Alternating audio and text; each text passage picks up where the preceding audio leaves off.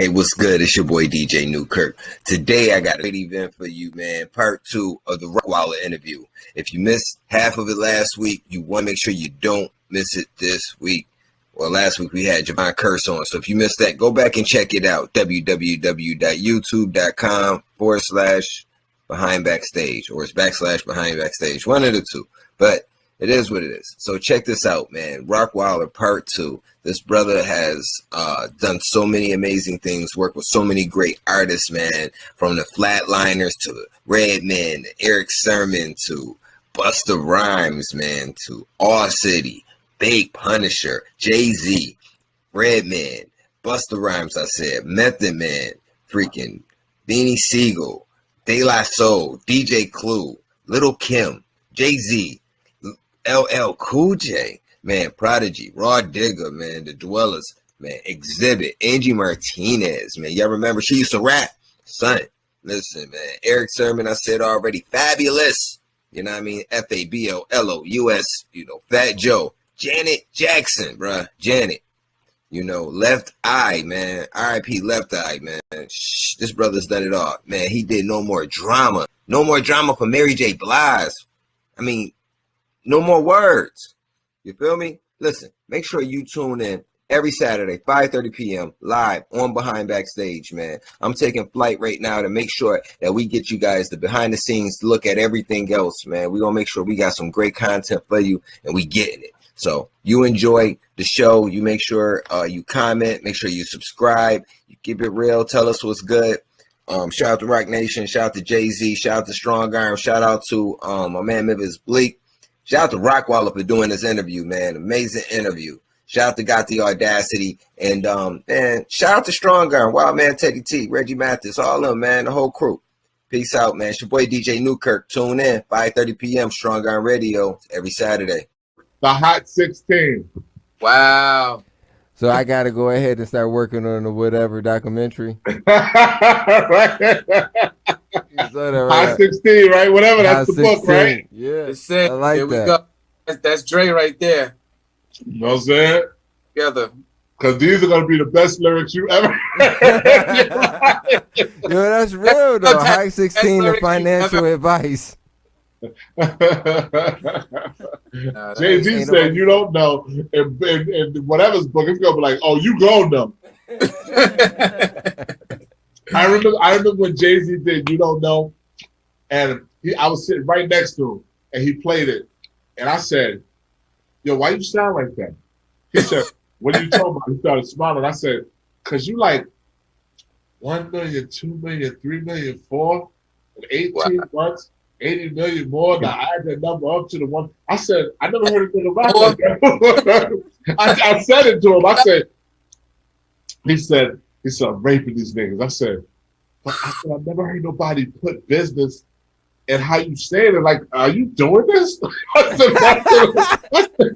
said, yo, I looked at him and said, is this what you're doing? I said, because I never heard nobody ever rapped and said exactly what was happening. These niggas said 1 million, 2 million, 3 million for in 18 months, 80 million more. I add that number up to the one I said before. You are now looking at one smart back boy. Papa ain't raised no palm. Put me on anywhere on God's green earth. I triple my worth. I'm like, nobody's rapping like that. They're talking about how funky the beat is. They're talking about how sick they are. They're talking about how they're gonna, do this. I said, nigga, you rapping about the process and the progress? Word. That's when I first heard it. That's when I first heard somebody talking about, and look where it's at right now. You can't knock them. Trying to give you game for $9.99. Like, what's it? Yeah, right now. I gotta make sure I start getting some of that music popping. Well, y'all see, I wish I had that song rolling at the same time. Y'all saying that. You feel me?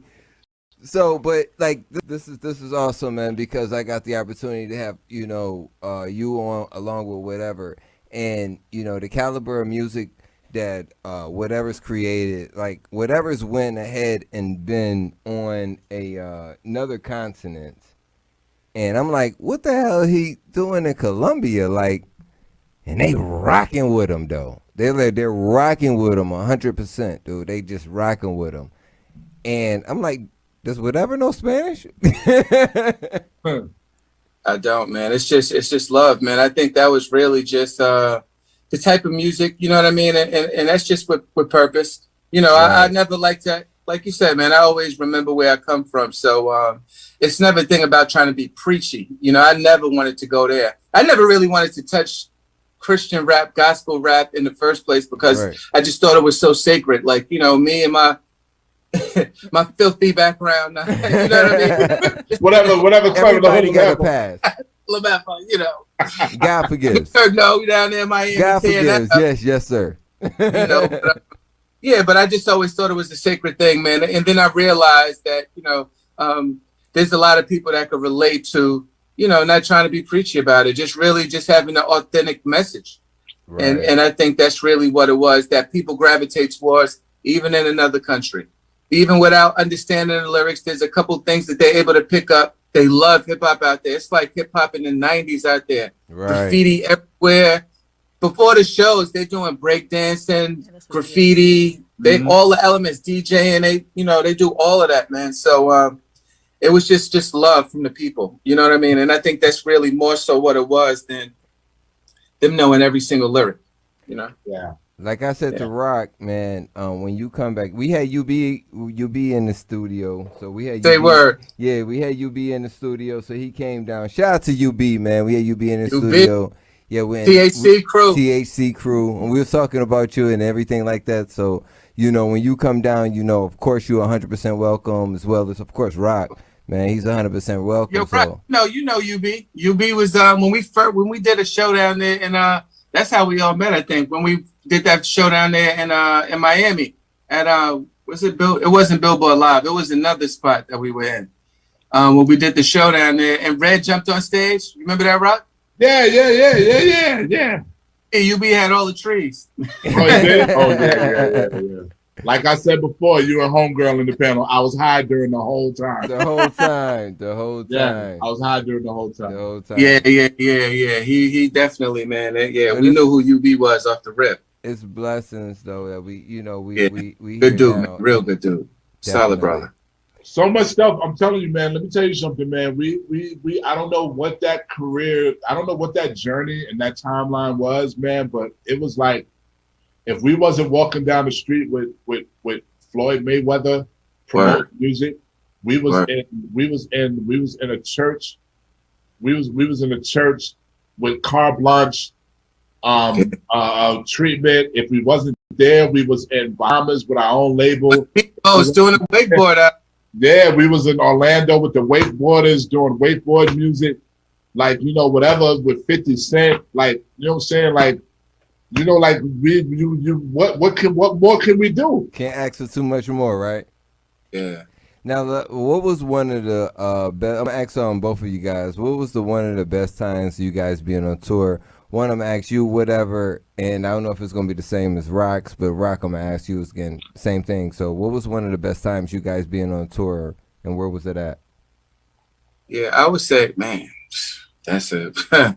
I think Cancun we had the most fun for sure, but I think that something that just stood out the most was actually in Miami. That was at Billboard Live. I didn't know, but that was at that time when I guess Rock knows everybody. Rock, don't feel bad. I forget. I forgot about a lot of this, and then you know, there's more stories to it. You have us here all night talking about stories, but you're right. No. You won't top us with stories. We got stories. It just goes on and on and on. But it was the time where Rock had, well, I guess one of the 2 or 3, it was like 3 times where he introduced me to Beyonce. But it was in Billboard, on that Billboard Live. She was supposed to come through to the show. I don't think she made it at the show, but she still came through the show. Rock came to our parties. She came to our after party.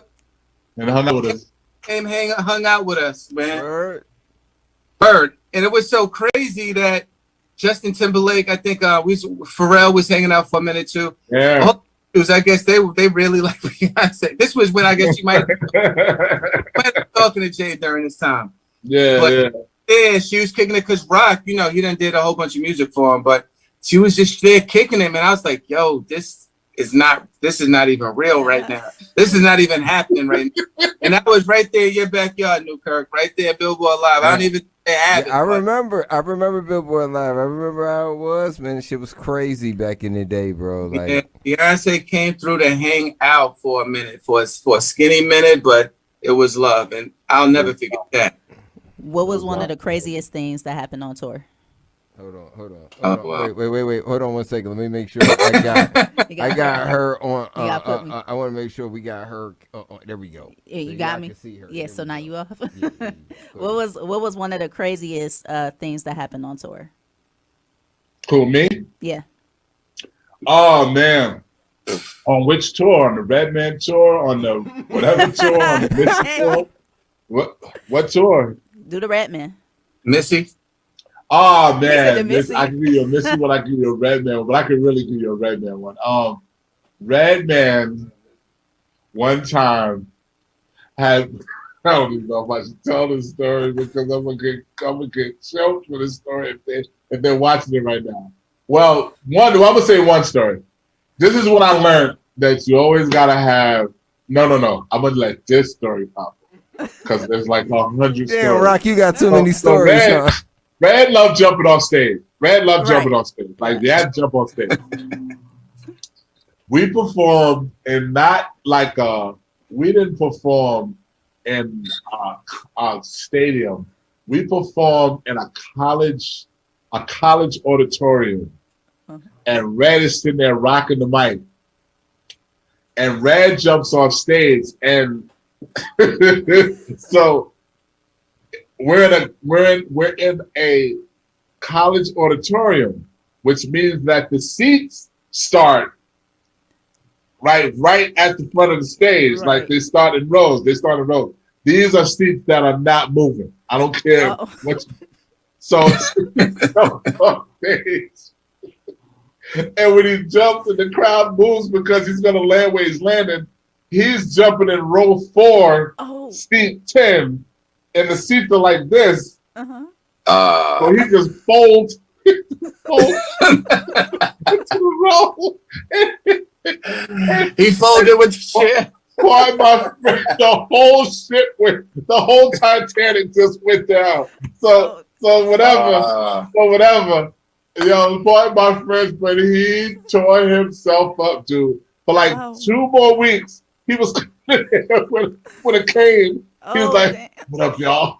What up, y'all? Oh, wow. He was on a biggie. Yo, row 3. Yeah, wooden chairs that fold up. He folded in there. He folded in the crowd. And the crowd was like this. Whoa.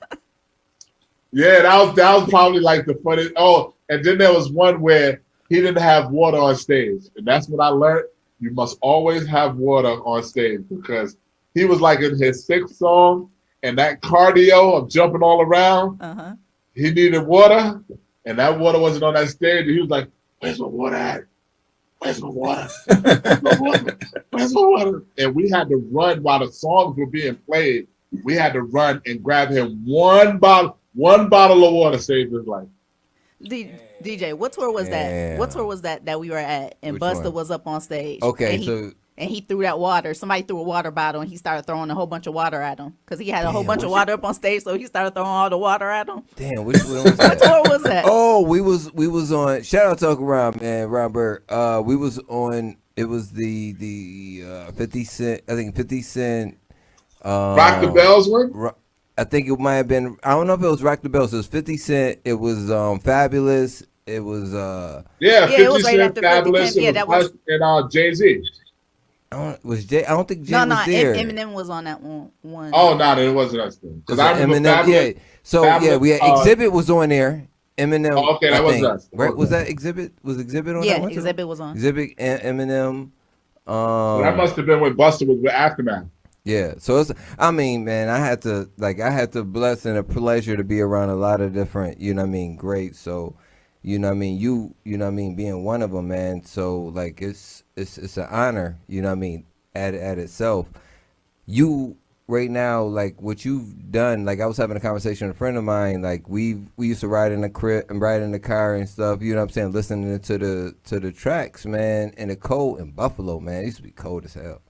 But we was able to go ahead and grind what we need to do because of that music. Like it just, it gave you that extra you know what I mean, that extra push, that what you needed, you know what I mean? Yeah. So, yeah. I guess I had to say that, but with Busta was throwing water on the crowd because somebody threw some water at Busta. He wasn't playing, bro. Like he was like, "Who threw that? He said, "Who threw that?" And then the guy's friends was like, him, and he just started throwing all this water. He picked up every water bottle he had up on stage and started throwing it at the guy. And I'm just like, he was just throwing them. Give me some more. Split Star walk over, hand him some more bottles. Yeah, he just had spraying everybody, bro. Like it was crazy, bro. Shout out to Busta, man. Busta Rhymes, he's well deserved to be in star mode. He's a great celebrity mode. Yeah, and the mode that he be in. But when Busta is in his mode, and you either take a picture of him without asking or something like that. Right. Oh, Jesus. I just go like this. Ooh, no. Not now. So, but like with Busta, I got the opportunity to play basketball with him. I think it was Wyclef was there. It was on the Smoking Grooves tour. Ziggy Marley was there, and I think it was the Dallas Effects, I believe. Yeah, Lauryn Hill. Lauryn Hill and I was there. It was crazy, man. And Busta, before he would start playing, he was on stage jumping up and down doing woo-ha. Yeah. I think it was like 96 or something. He was doing like woo-ha and like bam, bust his finger. He came backstage, it's like, yo, my shit is like, you know what I mean? It's like, it's fucked up. Like, it reminded me of what he did in Higher Learning. So I was like, bro, you doing the same? But he was acting, I mean, he was being himself. Yeah, being himself. What I'm saying? So Hoo-Ha is one of my favorite. Every time I listen to Hoo-Ha, I got to call him and say, what was you thinking about when you made that song? I always do that every time I hear. Just like when I hear Work It from Missy, I got to call her all the time to the point where she knows when I'm calling. I'm like, boy, could you please? I'm like, yo, Work It, man. What was you thinking about, man? Like, damn, like Work It is so dope. But then like Hoo-Ha, when I hear Hoo-Ha, I got to call Busta and be like, yo, you are the illest niggas ever. You know? Yeah. So what, like, when you say like Rock Vibes with Eric Sermon, man, you were rapping on Muddy Waters, Closed Case. You were your own rapper. Did you do any ghost writing? Did you do any? I actually was rapping. I was DJing, and then I became. I remember that. Yeah. Then I became a rapper, and then I rapped for a hot minute and went on tour with Red when he did the Dance the Dark Side album. I got so frustrated at flying to the next town and smoking and trying to be on sound check, and then having the they would put all the women in my hotel room and then pick out of my hotel room and leave all the girls that got rejected in my hotel room. Damn. So it's like, they did that for 50 states. After that, I said, I don't want to rap no more, man. I said, I don't want to rap no more. 50 states? Dude, he toured the whole world. Like, he did everybody. He did everywhere with Redman. Redman was the hottest. And then we did, then we had to do half of it with Method Man because Method Man had just got on. So we did Month of the Man. Right. So we did that. So after that tour, I said, I don't want to be a rapper no more. And I came home and started doing, I was always doing beats, but then I came home and really started doing. Now, what about the DJing part? Like, you know what I'm saying? You said everybody was DJing. Everybody wanted to be a DJ in a sense because I don't know if it was easier at the time, but that was what was known at the time. But then you said, after DJing, I want to become a producer. But Well, the DJing, I always express the DJing part is because back when I was in the 70s, the responsibility of the DJ to the dance floor was such a big responsibility. It wasn't about the scratching. It was just about what records he was throwing on. Right. So when I produce, the reason why I always say I'm a DJ first is because I was around the dudes who controlled the crowd with records and music and a vibe and a feel. So when I produce like those DJs back in the early 80s, early 70s, because they always performed in a way of having to keep the dance floor, because that was the responsibility of the DJ. Right. And the dopest thing about that was a lot of records back then weren't vocal records that had to have this catchy hook. They were either horn things, horn representations in the hook, right, string or synth representations, and that's where I got that quality of sound from when I produced, because the music tells a story without the artist being on it or a hook being on it, you know? Right. So I always express the DJ, not the DJ like DJ Scratch, because I can never be DJ Scratch. I can never be as nice as he is, and I can never be as nice as a lot of DJs are. But one thing about me is I'm the kid that when you was a little kid, they said, "Oh, let Dana play the records because Dana know what record I want to play. He know what record I want to hear. Let him put the records on." I know how to do a record, so I incorporated that love for music of performing like that to producing and saying to myself, anytime I do a beat for somebody, all right, how would I want that beat to rock over there?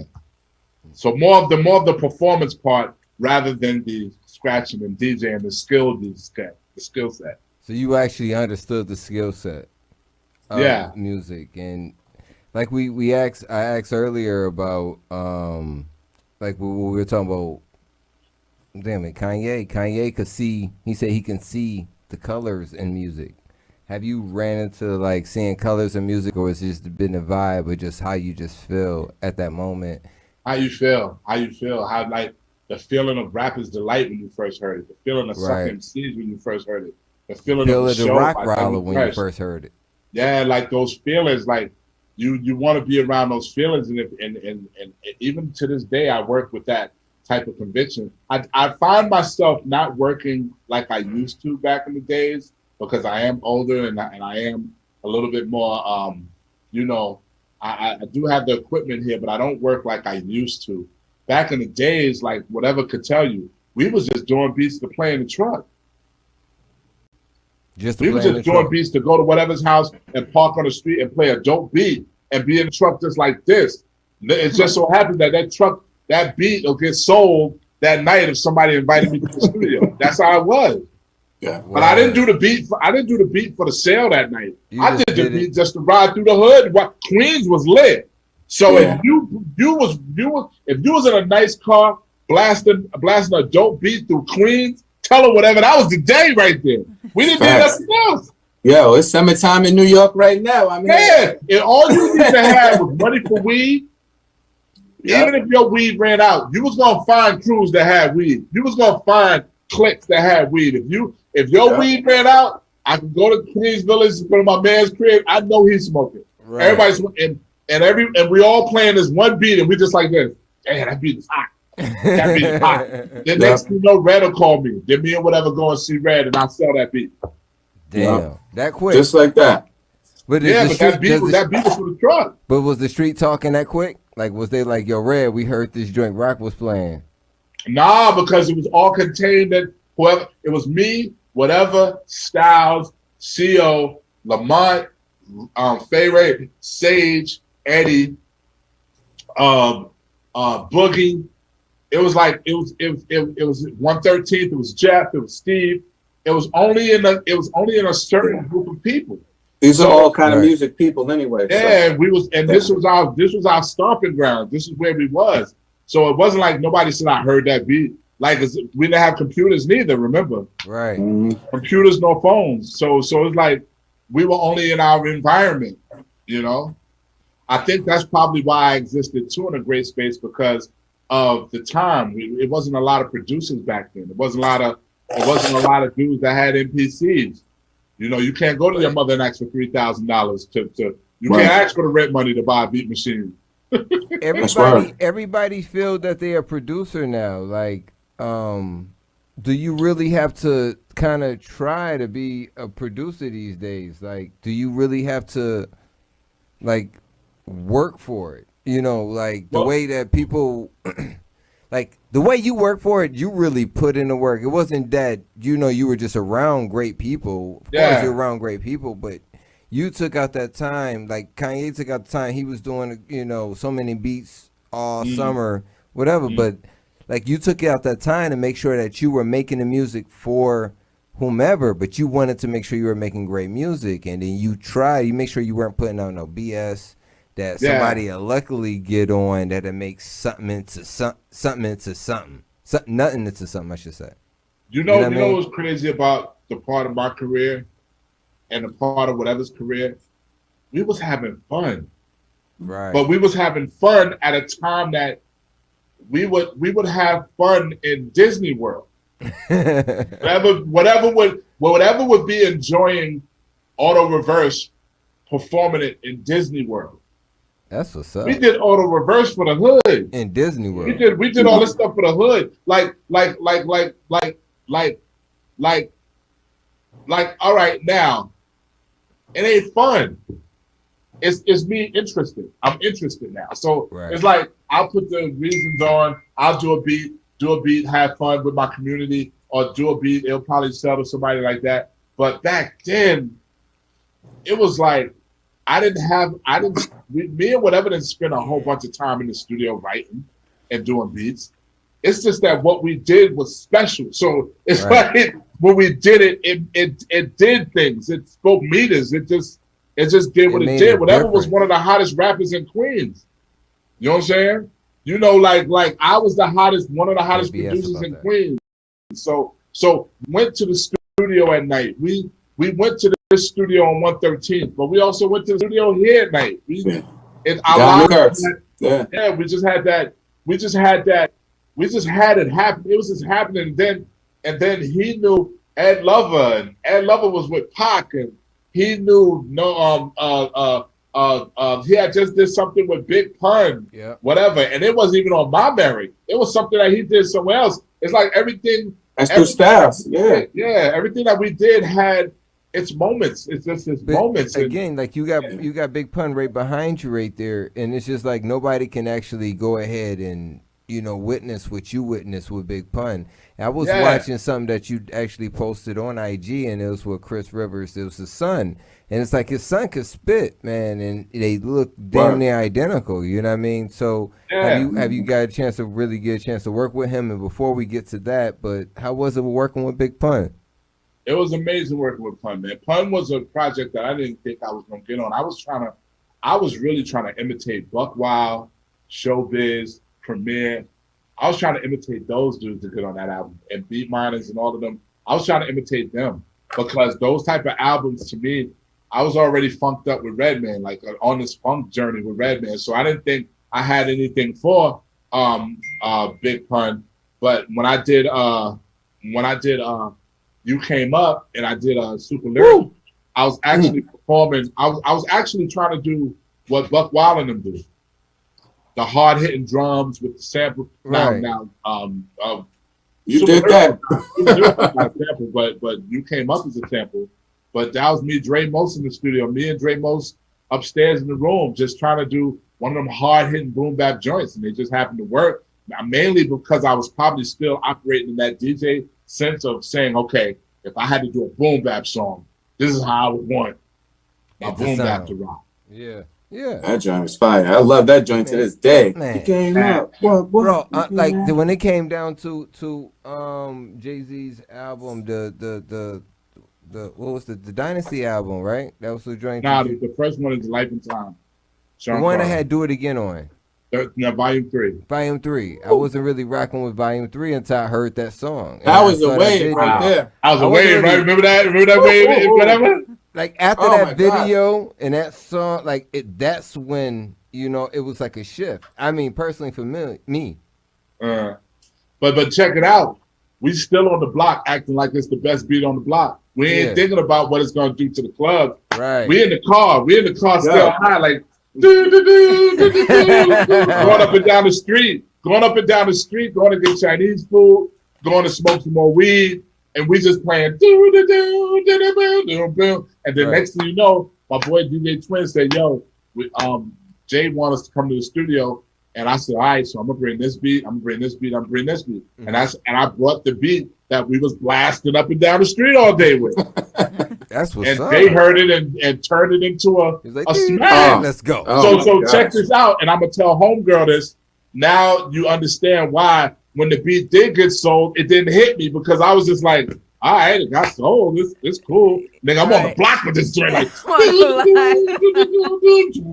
getting out the car, ready to go in the store to get a hero. Remember whatever? We eating heroes on the corner like. Bro, I haven't heard that was our nostalgia. That was our nostalgia. I haven't heard heroes in a minute, bro. Exactly. Like I haven't heard a hero in a minute. Yeah, but this is our life, yo. Our life, yo. We were so fun. Like we would wake up and it'd be Saturday every day. So I got the beat going upstairs. Whatever comes upstairs, hear the beat. First of all, I can hear it from the street down the block because you live down the block, so I can hear it. I already know what he's working on. Hold on, whatever. And my mother got a church in the basement. Yeah. Did you have a church in the basement and you was my mother had a church in the basement. And check this out. Check this out. What's her name? What's her name? Mother Bishop. No, the girl right there. Yeah, Audacity. Oh. Audacity. What's your name? Got the Audacity. Oh, got the Audacity. So listen, Audacity.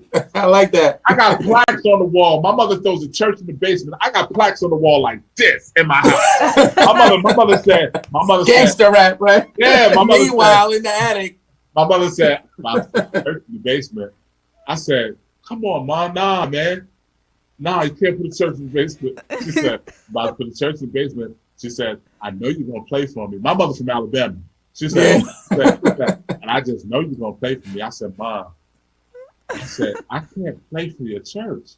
She said, so you ain't going to play for my church in the basement? You do all that music upstairs. I got plaques on the wall. Yeah, well. I got like you better bring that NPC down. You better bring that NPC down. Yeah, but Rock's mom, though, she's gonna try and get somebody saved. If they coming over the house, she go to the house, just saved. You know Jesus, baby. Before you need a house, you gonna know Jesus. You're gonna know Jesus by the time you get the house, though.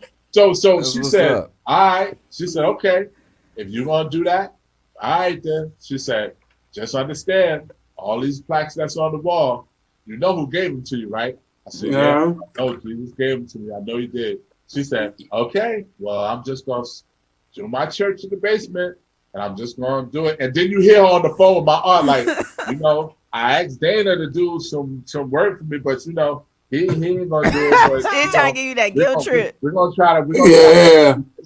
We're going to try to. No, we're going to use my 6-year-old nephew. He's going to play the drums, and we just going to sing for the name of the Lord. We'll do it. So Saturday, I'm messed up. I'm downstairs high, just came in the house. I'm looking at the plaques on the wall. I'm like, Jesus did give me these plaques, man.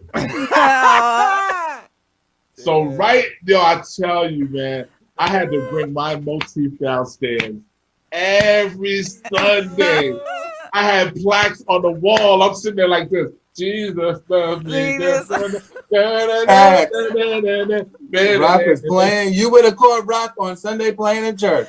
And then Platinum Producer. And then after church, go outside and be split. Go outside like and then Sunday morning, whoever was at my house on Saturday Audacity, got invited to church. Got invited to church on Sunday. So I had all my niggas in the back, high, split. My mother preaching to everybody in the basement. I'm sitting there like, this is the day that the Lord has made. I'm high too, like this. Real. Lord has made. I will rejoice. And just sit there and be like, damn, this is what I gotta do for the rest of my life. I gotta hit records upstairs and downstairs. I'm playing for church straight up. Yeah, we gotta make a movie of your life.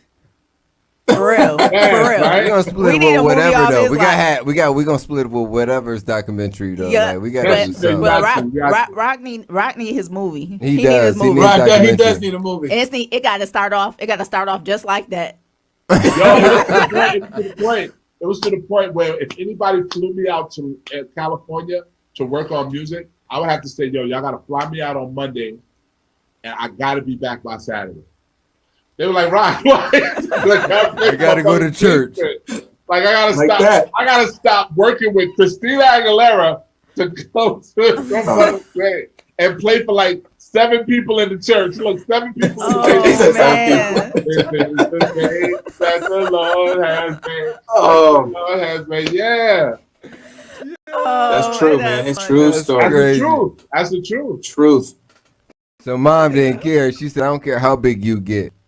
You Nope. better show up at church on Sunday. Yo, my mother used to call me. My mother used to call and pray with me in LA, and I'd be on pills, drinking, girls in the bed. My mother would be like, I didn't pray with you. I got to pray. So I said, Mom, I don't want to pray this morning. I don't want to pray. Mom, I don't want to pray. I want to pray. I want to pray. She'd be like, Our Father. I'm like, Our Father, Lord heaven.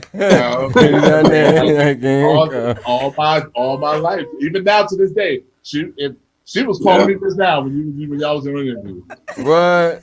She's calling you. Yes, That's why you disappeared for a few She minutes. said you're gonna be ready for church tomorrow. I know, right?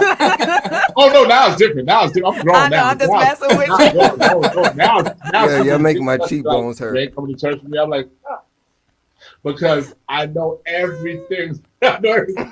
I went to Bible class with you 3 times. Everything you're about to preach about right now, I done heard the sermon like somewhere down in my life.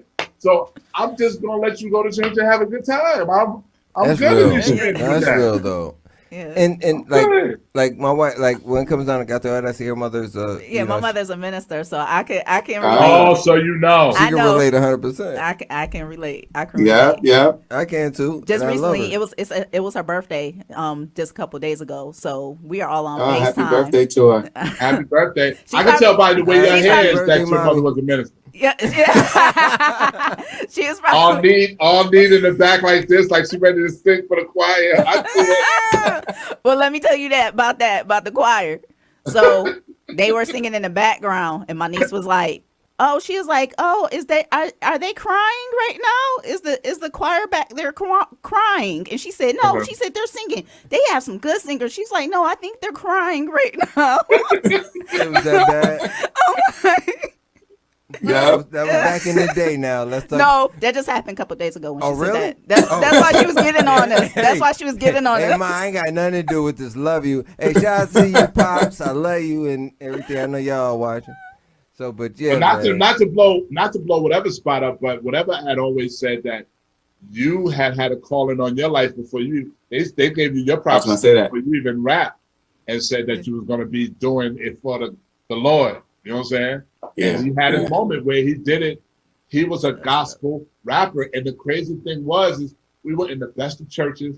We were in millionaires' homes. You remember that?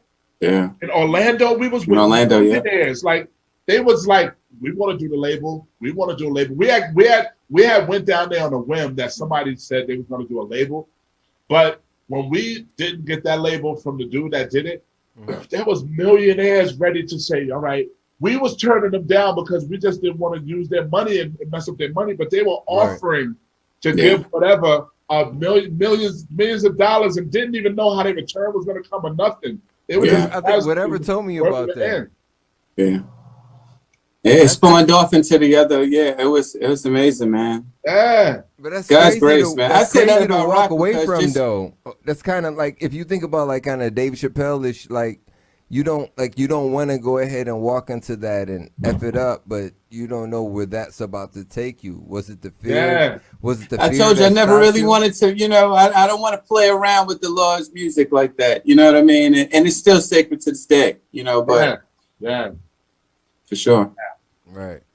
There was this one lady. Remember that lady? You remember that lady, that old white lady? And she said, "Yo, she was about to." I remember when Ski lost the ball and Dave was just about to pick it up. She was asking me. She said, "So what is this about this gospel label? Like, what would I have to do?" I said, "Well, we're gonna have to talk to you about this." She was like, "I think I want to do it. Like, he's a great artist. I want to." This lady was a multi-millionaire. Right. It was just crazy. Yeah, it was crazy. But it's crazy like that just in general. Like I've ran into people where they just love what we're doing in general. And I was with Wildman Teddy T, and he was like, this guy right here is like a multi, millionaire, whatever. But he's like, yo, I watch your show every day. We watch, every time you guys are on, da da da. And I'm like, okay, that's what's up. Like, but I didn't know. He told me afterwards whom he was. I'm like, okay. I was like, damn, but you don't notice who's paying attention. That's right. So and it's God's grace and favor, man, that follows y'all. Miss Audacity, got the audacity. Mom's is a preacher and a minister, and you understand how that works. Yeah. And sometimes it's just God's grace covering you. Yes. No matter what you do, you put your hand to, and you don't have to be religious about it. You know what I mean? Nope. It's just, and that's some things that I've learned also as, being a Christian and stuff like that, that we don't have to be so religious about it. We'd be surprised how not religious God is. You know what I mean? Right. Yeah. But you realize that it's a covering that you have and a certain grace that you have, to do what you do, and use the platform for good. Yeah, I realized that he put me in certain situations and different things for me to learn from. That's right. And so what I learned, that's something that I keep to me, and I'm like, you know what? I know if I'm in this situation to, do something else now. Okay, I shouldn't, maybe I shouldn't go after that particular, relationship. Maybe, within that industry, maybe I should be over here. But I always let him lead and guide me, and I always ask him to show favor upon me.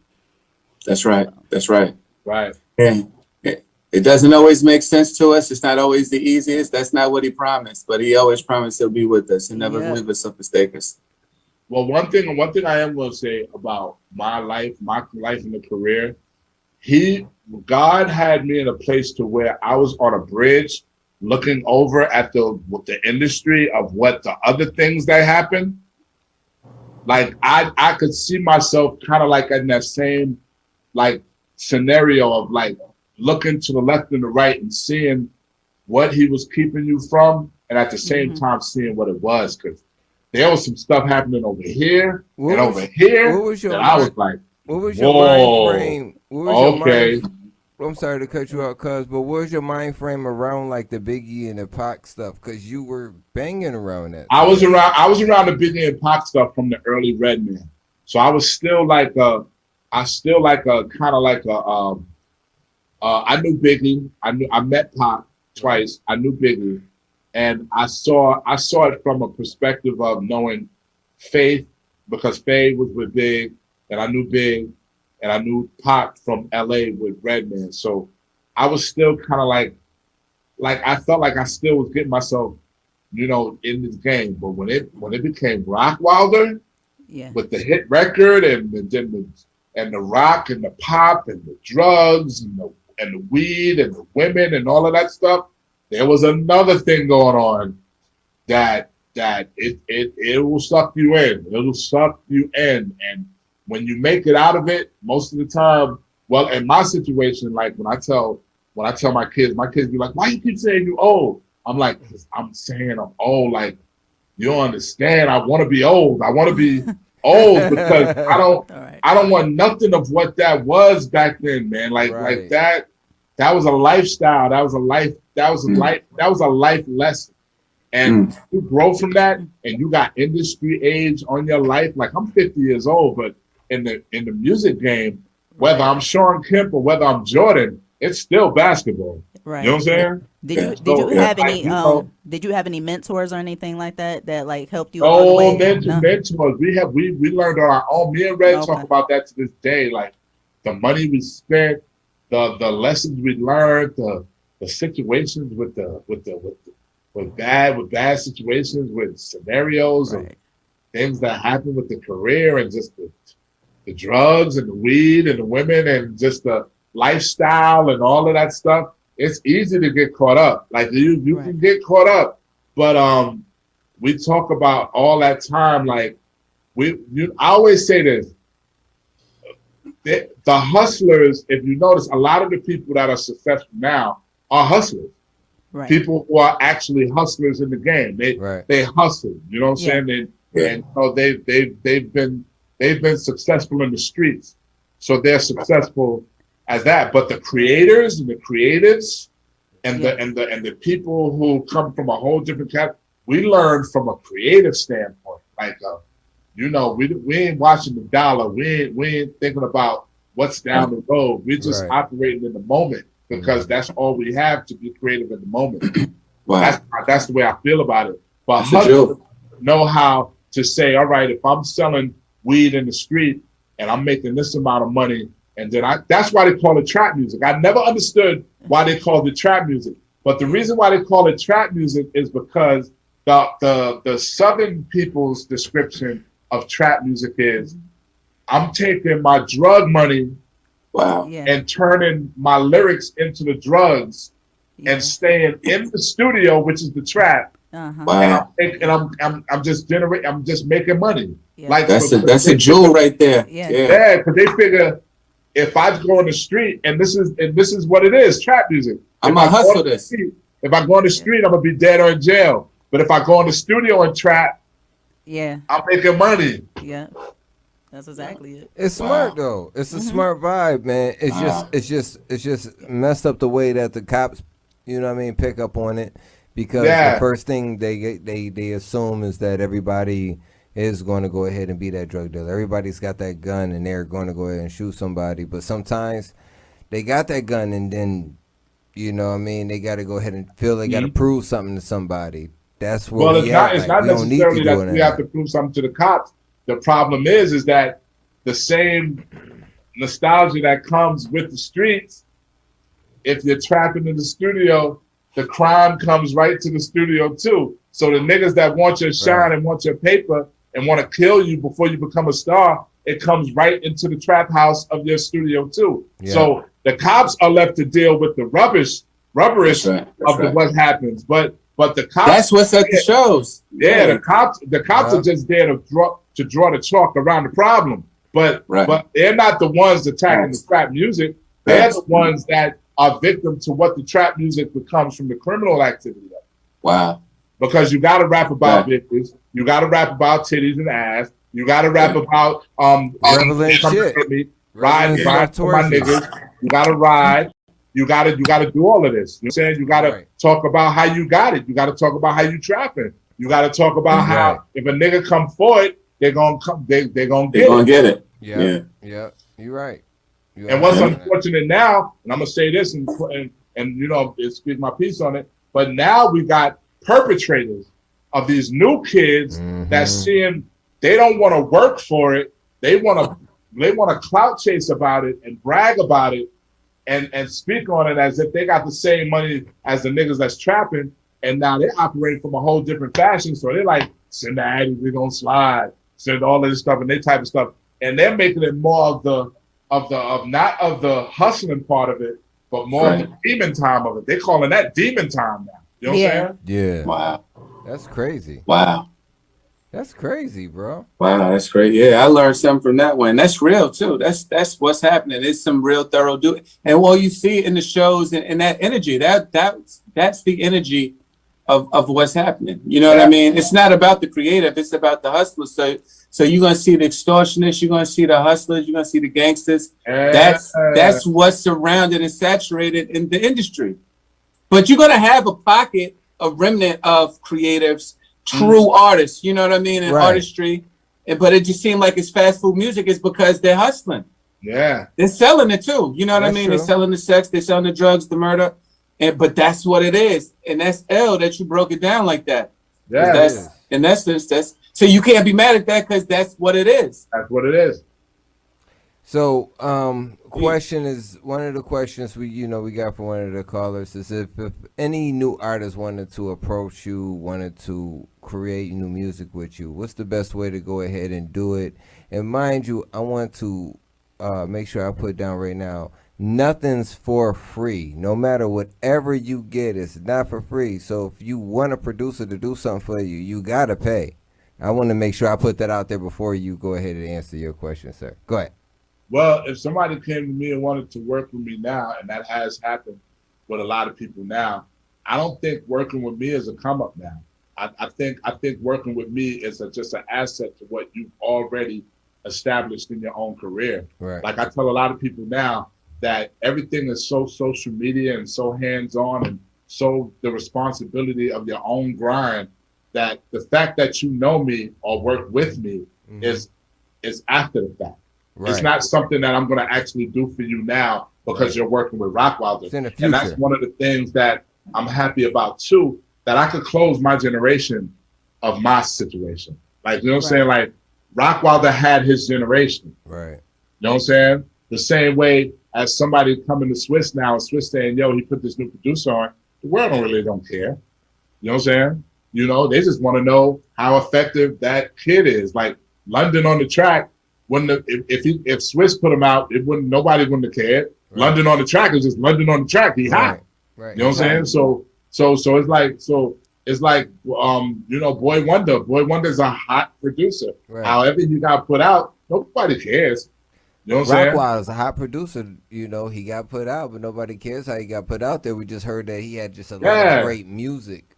Yeah, and my time was my time. Am I going to be 50 years old trying to keep up with Metro Boomin? Hell no, I can't do that. You know but you know you still got a billion freaking more hits in you. You know what I'm saying? It's well, just about when you want to release them.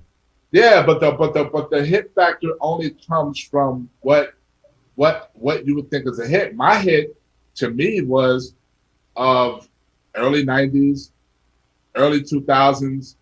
Those were hits to me. Anything now, if it came out and became a hit, I would sit there and be like, "Is it a hit?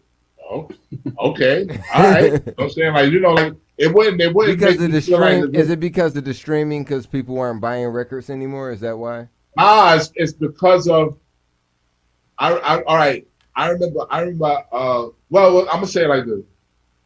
I'm not young anymore. I'm older, so it doesn't look like a hit to me. It just looks like an accomplishment. I would be up on stage with the suit on, clapping slow off the accomplishment, not off the hit, because I'll be like, okay, when I was around Jimmy Jam and Terry Lewis, that was a hit to me. Like, you know what I'm saying? Like the Rockwilder, I realized how much of a hit it was now, but Jay-Z, being around Jay-Z was a hit to me. Like, you know, being in Cancun with Mardi Gras was a hit to me. You know what I'm saying? Like, like I have moments it's of the experiences.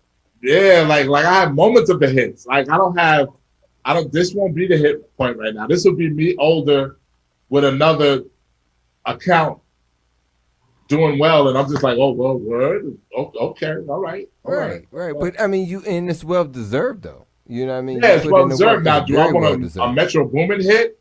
No, because it's Metro Boomin's time now. Like it's so many other people's time that like I'm not in the rat race. I'm just like, you know, just happy.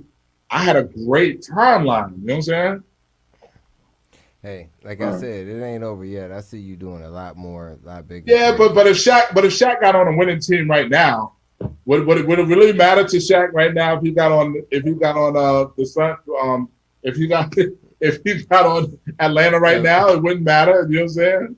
You know, he'd be sitting there like this, pass the ball to Trae Young, let him do the shot. You know what I'm saying? I got you. I got where you're coming from. Go ahead. What you about to say? Whatever.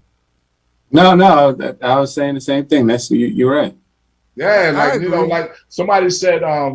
But you can't put down the greats. Like that's like right now, to be real with you, it's like when we talk about the Kobe, and this is one thing I do have a conversation with all our guests, is the Kobe LeBron, you know, situation. It's like not Kobe, I'm sorry, the Jordan LeBron situation. Yeah. So when it comes down to Jordan is the greatest in our eyes because we saw what Jordan did and how he went fluid, like what he did and accomplished.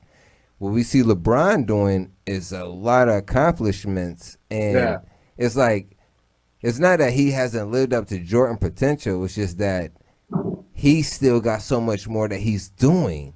He hasn't even stopped yet, you know. And a lot of people are sitting here just like, you know, erasing him out now, like he's done because of this, you know, this past series, and it sucks. You know, but that's what we do. But we do that though, and I don't understand. I don't understand why society will take us and put us behind the mic and then tell us about how we done and how we not.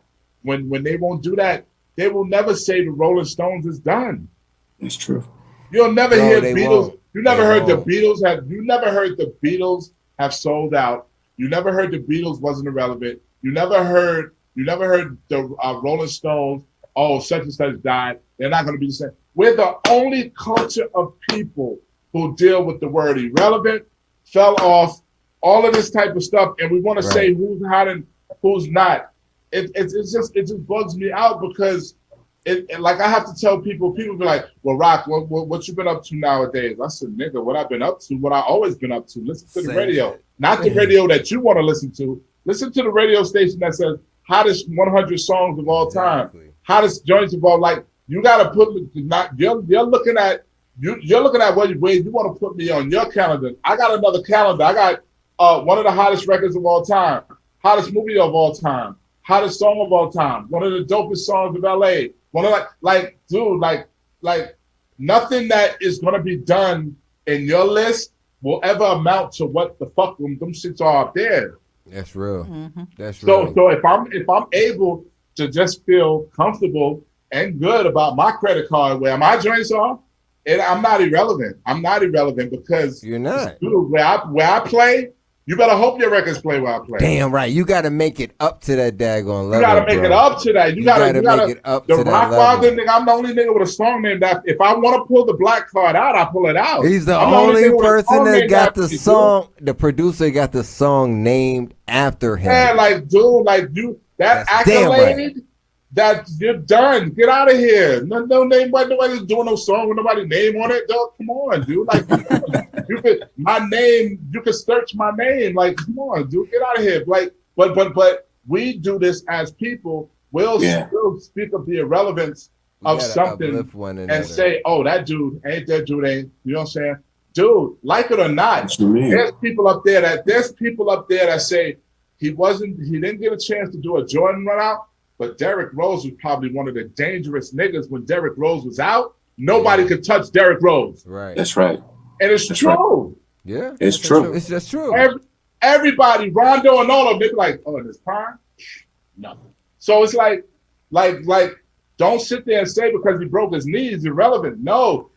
Celebrate his accomplishment. Yeah, that's what I'm saying. Right now, right. you know, LeBron may be a little hurt, whatever it is, but he's still everybody's LeBron, everybody's so used to him going and not just stopping. They just used to him going to the end and not giving up. So when he stopped at one time or whatever, they just like, oh, it's over. He gave up. That's it. It's not, man. The brother needed a daggone break, man. The man was running through COVID. You know what I mean? Everybody's been through a lot, man, these past 2 years. So people got to go ahead and give the people a freaking, a proper chance to go ahead and get themselves right. Listen. Let me ask you a question real quick, Rock. Look at we ain't heard from you in a minute. You listening to the wrong channel, nigga. Turn to one of the pop channels. You'll hear me all day. When you look at what happened with the Asian tennis player, she needed time. If Serena tried to do that or Venus tried to do that, it'd have been a whole media spectacle. Yeah. You know what I'm saying? And that's not cool. But it's like she's making a change in what's going to go on from now and ever. Like, then these girls went ahead and went through all the BS and still became champions. But I'm not taking anything away from her because she need her time because she needs to make sure she's okay. You feel me? You know what bugs me out about, and it's kind of like a sidebar off the thing. When Mick Jagger directed Get On Up by James Brown. Right. He directed that. Mm-hmm. He never spoke of James Brown's problems. He didn't let the film end on his downcline. He let the film end on what he continued to do. Correct. Yeah. Why did it take a white director I agree. to take one of our black people and say, yo, listen, he continued to make hits among hits and kept the movie ending in his accomplishment. Exactly. Yeah. Don't worry about people's personal lives, man. I don't think that should go ahead and direct their daggone artistic views or their artistic motives in their music, man. You can't just take away from what they created. You know what I'm saying? Dude, what last radio station have you heard that played the person's album when they came up to be interviewed? Strong Arm Radio. Wait. Yeah, Other than I Strong will Arm Radio. wait. Strong Arm, I don't know. I will wait. They Other will than talk that- about. They will talk about relationships, Yes. the drama, Yes. who they fuck with, Yes. and piss them off. And the people will be like, "I came up here to promote my album, man. Right. Play the album. Play the Let album. the people call in and talk about the album." Exactly. Oh, people don't want to hear about that now. They want to hear about gossip because y'all fuel it. Yeah. Yeah, exactly. See, we about those accomplishments, man, and we got to give you the roses while we can. You know what I'm saying? Because it's so sad where, like, I honestly, being on some real stuff, I honestly expected for me and DMX to go ahead and have a conversation here, to be honest with you, because I ran into DMX so many daggone times, but the first time I actually met DMX was on the Hard Knock Life tour. And just the impact from him just being DMX, you know, it was cool. But as I got older, you know, I ran into him once or twice and, you know, a couple of different things. And then it was one time I actually, I was checking him in. I was working at the airport and I was checking him in. And DMX gave him his ID, everything. He gave me his ID. I was checking him in. And then I couldn't check him outside. So I had to take him inside. And while I went inside, you know, I ended up having a seizure. So I just passed out, boom. So I don't know exactly what happened after that point other than all the accounts that everybody else told me. So everybody else was like, all right, well, DMX caught you, right? So after he caught me, you know, he called the ambulance. So now, mind you, all these other people work around me. Nobody called 911. Nobody did none of this. DMX did all this, right? So he went ahead, he called, you know, 911. They came. And then when I came to, I was inside the ambulance. When I look up, there's a person sitting down next to me and it's X. I'm like, and he's like, yo, you know, you all right? You good? Doug, you good? You know how X is. And then Yo, that's like, one of the most amazing stories ever. I'm not even finished, Rock. I'm ain't finished. Check this out. So he was like, yo, he said, all right, you know, he's like, he gave me a hug, you know what I mean? He's like, you know what I mean? I love you, all that. And then he gave me his phone number, and then he's like, yo, call me, you know what I mean, when you get home, so I know you good, you know what I mean? And that was it, you feel me? Dude. Then I called, you know, I talked to, you know what I'm saying, his manager and stuff at the time, and she was like, yo, you know, X is praying for you and making sure you good, da, da, da. But that was, you know, that's one of that's that's crazy, man. That blew my mind. Right, and it's just like he's touched so many different people's lives that people can't even understand and feel, bro. Because not only that, I had other conversations with X and you know a little other stuff, but just at that time it was just him going out of town and boom, that just happened to me, and he was just there for me. You feel me? So I appreciate that brother for doing that, man. And I expected for me to have that conversation with him here. You know what I mean? Yeah. Wow. But unfortunately, man, we lost a great one, man. And definitely a great one. You know. So, but let me get off of that. But like I'm sure, Rock, you touched so many people's lives. I'm sure whatever you touched so many daggone people's lives, man, and made changes in people's lives, and people don't get the opportunity to see the type of things that you do because you don't have to show it on social media. You don't have to tell everybody what you do for your community or what you are doing, for your people, because it's your business. You know what I'm saying? Yeah. So it's great that, you guys are doing that, and I got to commend you guys. I got to go ahead and give you guys your flowers while it is this time to do it, man, because we never know what's not promised for tomorrow, and you know what I mean? That's just what it is, man, unfortunately. Respect. So, but it's, it's real, man. I like you guys. I'm happy that y'all, you both are here on Behind Backstage, man. This is a great convo that we had today, man, and I know I want to ask you a couple things about networking, but just having the two of you guys connecting here with us today was just awesome, man. And the stories and everything else. I know we're gonna have a lot more to talk about when you are here in the studio. But man, I want to make sure I thank everybody that's a part of all this, man. Strong Arm Radio, Freezy, Florida, Man, Rick Petty, man, everybody, Wildman Teddy T, Reggie Mathis, everybody, man, that's a part of Strong Arm, man. Diva, Miss Blue, everybody like that, man. I gotta make sure I give the love to the people that deserves it. No doubt. No So doubt. before we get out of here, man, I need one of you guys, well, both of you guys, go ahead and tell me one greatest moment that you experienced in hip hop, and I'm gonna give it to whatever first, and I'm gonna give it to you, Rock, and then I still gotta ask you these networking questions, and we out of here. Well, Greatest moment in hip hop. Jeez, man, you caught me off guard with that one. I just think that I think just the fact that it's been able to sustain. I mean, to continue to go on this long. You know, just the fact that this art form. This is an art form that we've created and cultivated. Right. You know, for so many years, and just from where it's come from. I think it was a different time when we were starting it, you know, and I was looked up to Redman at that time, and then happened to meet Rockwilder, you know what I mean? Because I heard he was some hot young producer that I was working with, like my idol at the time, you know what I mean? And so that was just a vibe. That was the moment, and just to see that it continues on, and yeah, although I put on a suit and I changed my hat.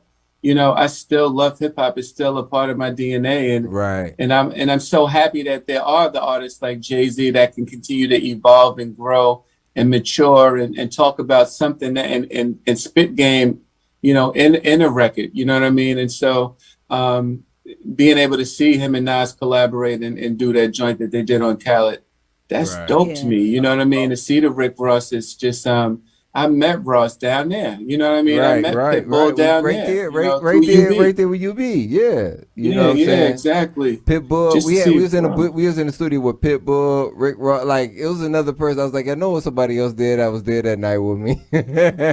Yeah. I was there. Yeah, definitely. It was with Pitbull, Rick Ross. It was all types of people that was inside the studio. Deuce Poppy. Shout out to Big Slab. It's so many different people that was a part of different things that happened for Miami and just music in general. Yeah. You know what I mean? So I think that just everything as a whole, I think just the evolution of hip hop, and yeah, it's going through its moment, and I know we have a certain sound that's right now, but I think I truly, honestly still believe in the integrity of it and of the music, and I believe that it evolves. And that's what, look at all of those artists on your wall behind you. You know what I mean? And so bro, it continues to grow. You know, I don't think that it's ever going to become, we can say it's stagnant because we always want to remember where we are at our moment, and our moment was the best, so on and so forth. But I believe that it continues to evolve, man. And so, looking at 50 right there and Eminem right there, that was one of my endless times that I forgot to tell you. I was out there performing with 50 in Detroit. And going through the regular show. And then he does that song with Eminem, and Eminem just pops out and says, I'd never met him before, never seen him before in person. And I'm doing his hype, man. And Eminem's walking up behind me doing this part, and it's just going bananas, that pandemonium. You know, it's just moments like that. Moments when we grew up in Hollis, Queens. You know what I mean? It was nothing to see LL Cool J or Run DMC or DMC, I would say, driving down the block with a caddy, all the windows down, bumping. I mean, music crazy loud, and he got like 1,000 of those little yellow Villaroma car fresheners. Yeah. You can smell that joint for like 2 blocks down. Like, it's just moments. You know what I mean? And I love that it continues because although I'm in a totally different field where it's like stuffy white guys wearing suits, I love the fact that hip hop keeps me young. I'm looking at Jay-Z on your wall. That dude's still young. Yeah. 50, whatever, however old he is, the dude still got swag. He's still young. You know, you even got the Migos. You know, you got even to the Migos, man. I rocks with that, man. I love that sound. So you know, and it transcends just hip hop music because we've created some great music overall. But I think that I'm just so amazed at the evolution, and I like to still be attached to it, regardless of where I am, what I'm doing. I am hip hop. That keeps me in tune. That keeps me on the edge. That keeps me wanting to hustle, wanting to grind, wanting to achieve more and accomplish more, regardless of what circle I'm in. So I'll step up the soapbox, but that was pretty much,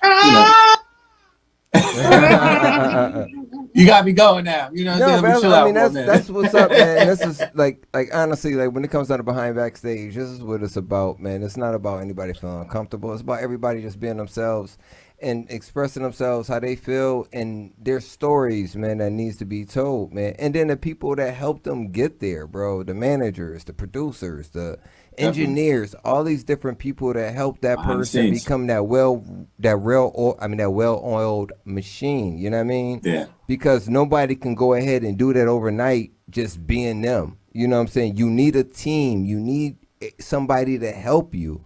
You know what I mean? So that's, I wanted to make sure I left it with that because, that's just how I feel. That's what's up.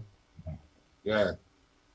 But what was that last? I mean, I wanted to make sure I give you that. Rock was supposed to tell his greatest moment. Oh yeah, that is. It's Rock's turn.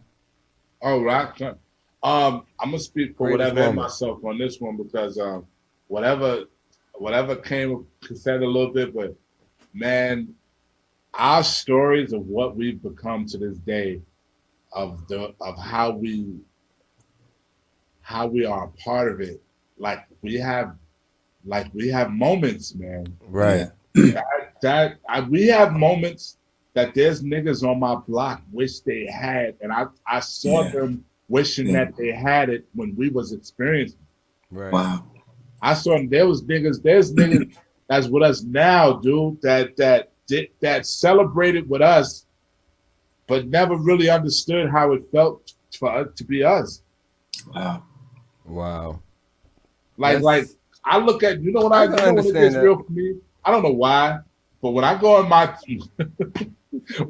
laundry room and I look at my detergent and I look at the soap and detergent, y'all be like, yo, I made it.